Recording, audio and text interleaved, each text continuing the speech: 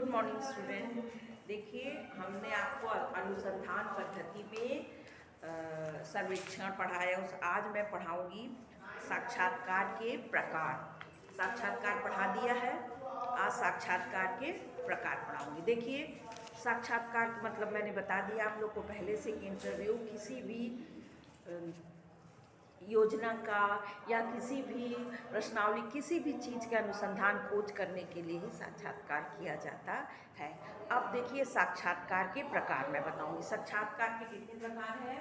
व्यक्तिगत साक्षात्कार, सामूहिक साक्षात्कार, औपचारिक साक्षात्कार, अनौपचारिक साक्षात्कार, अनुसंधान साक्षात्कार, कारक परीक्षक साक्षात्कार, उपचार साक्षात्कार, पुनरावृत्ति साक्षात्कार, केंद्रित साक्षात्कार और निर्देशित।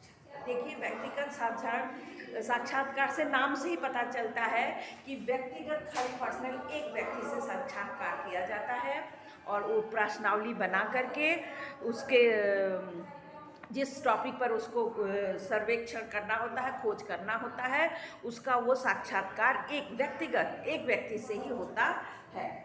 और दूसरा है सामूहिक साक्षात्कार। इसमें हजारों लोगों के साथ आप इंटरव्यू ले सकती हैं, साक्षात कर सकती हैं। देखिए, व्यक्तिगत साक्षात्कार के पहले मैं बता दूं कि इसके द्वारा, व्यक्तिगत साक्षात्कार के इसके द्वारा क्या होता है, सही सूचनाएं प्राप्त की जा सकती है व्यक्तिगत साक्षात्कार से। दूसरा है समस्त प्रश्नों के उत्तर प्राप्त करना संभव होता है और प्रश्नों से जो कठिनाइयाँ आती हैं उसे अनुसंधानकर्ता उसका समाधान खुद कर लेता है। ठीक है।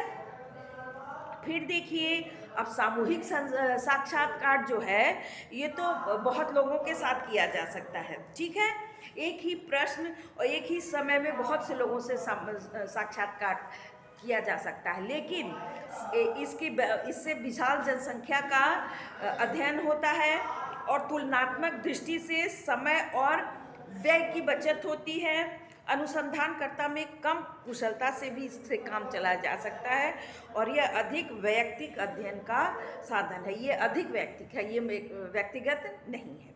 ठीक है।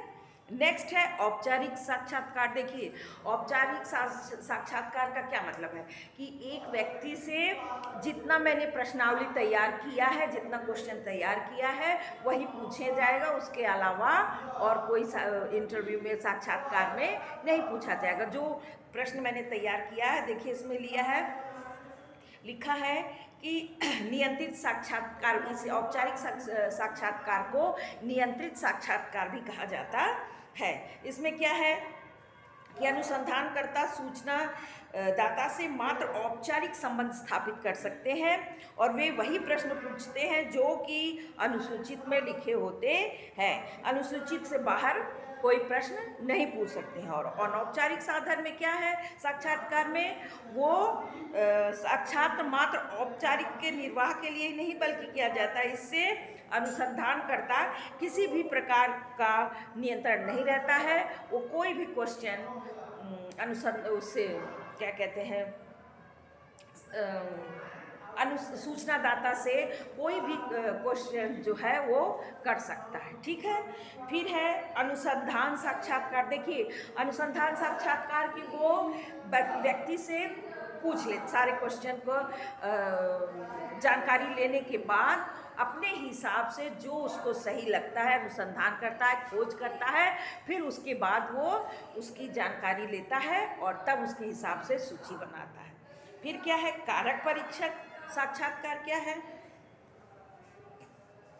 समाज में विविध प्रकार की घटनाएं घटित होती रहती हैं। इन घटनाओं के घटित होने से कुछ विशेष कारक या तथ्य सामने आते हैं। इस प्रकार के साक्षात्कार इन्हीं कारकों के द्वारा किए जाते हैं। उपचार साक्षात्कार, समाज में चाहे वह आदिम हो या आधुनिक, किसी न किसी प्रकार की समस्याएं रहती हैं। मनुष्य इस समस्याओं का समाधान करना चाहता है। उपचार साक्षात्कार इसी प्रकार की समस्याओं की खोज से संबंधित है। ठीक। फिर है पुनरावृत्ति साक्षात्कार। पुनरावृत्ति साक्षात्कार बार बार किया जाता है। इसका कारण यह है कि समाज की घटनाएं परिवर्तित होती रहती हैं। इस परिवर्तित घटनाओं के संबंध में जब कई साक्षात्कार होते हैं तब उनका परिणाम सही निकलता है। फिर है केंद्रित साक्षात्कार। अब केंद्रित साक्षात्कार है। इस प्रकार के साक्षात्कार में अनुसंधानकर्ता को किसी भी एक समस्या के केंद्र बिंदु में रहकर एकाग्रचित्त होकर के ये कार्य करना पड़ता है। इसमें समस्या को विस्तृत होने से बचाया जाता है। छोटा में करके इसको बहुत ज़्यादा क्वेश्चन इसमें नहीं पूछे जाते हैं। इसमें क्या किया जाता है कि साक्षात्कार के लिए एक विषय का चुनाव किया जाता है और जिस पर पहले से ही कुछ कार्य कर लिया जाता है। ठीक, फिर है इस प्रकार का साक्षात्कार विषयगत अनुभवों पर आधारित, जिस सब्जेक्ट से आपका जिस विषय से इंटरव्यू होगा, साक्षात्कार होगा, उसी टॉपिक के बारे में पूछा जाता है। तीसरा है इस प्रकार का अध्ययन वे व्यक्ति करते हैं जो किसी भी परिस्थिति में रहने के अभ्यस्त होते हैं। यह है केंद्रित साक्षात्कार। फिर है यह साक्षात्कार पद प्रदर्शिका के आधार पर संचालित किया जाता और अनिर्देशित साक्षात्कार क्या है? यह अनियंत्रित साक्षात्कार से मिलता जुलता है।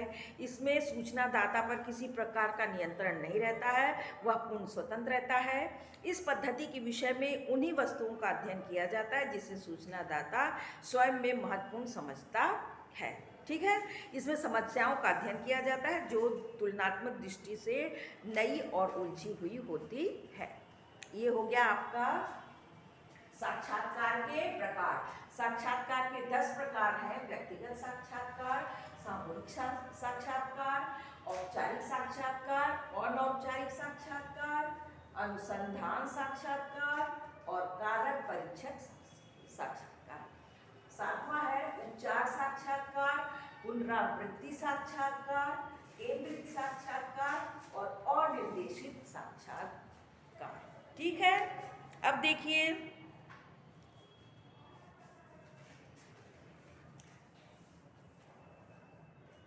अब पढ़ाएंगे साक्षात्कार का महत्व। अब पढ़ाएंगे साक्षात्कार का महत्व। देखिए अब साक्षात्कार का महत्व है वैज्ञानिक मनोवैज्ञानिक दृष्टि से अमूर्त घटनाओं का अध्ययन किया जाता है, मर्म भेदक घटना अध्ययन किया जाता है, भूतकालीन घटनाओं का अध्ययन। चौथा है सभी स्तर के व्यक्तियों का अध्ययन। छठवां है स्पष्टीकरण संभव और 7वां है पारस्परिक प्रेरणा। 8वां है घटनाओं का अवलोकन।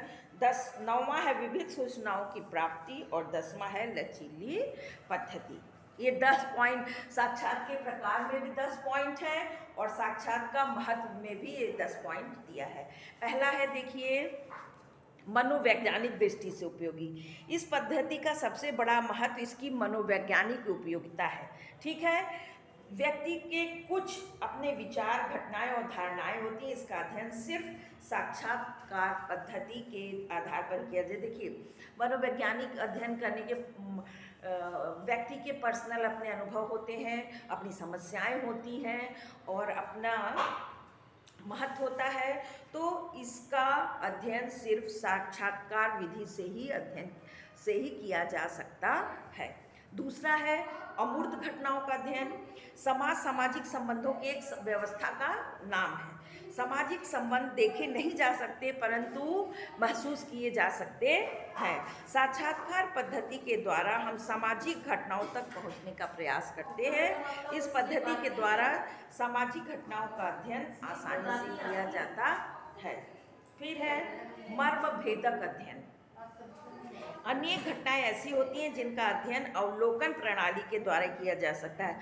देखिए इसमें भी ऑब्जर्वेशन मैंने बताया, अवलोकन से ही देख करके, आंखों से देख करने के बाद ही उसका अध्ययन किया जाता है।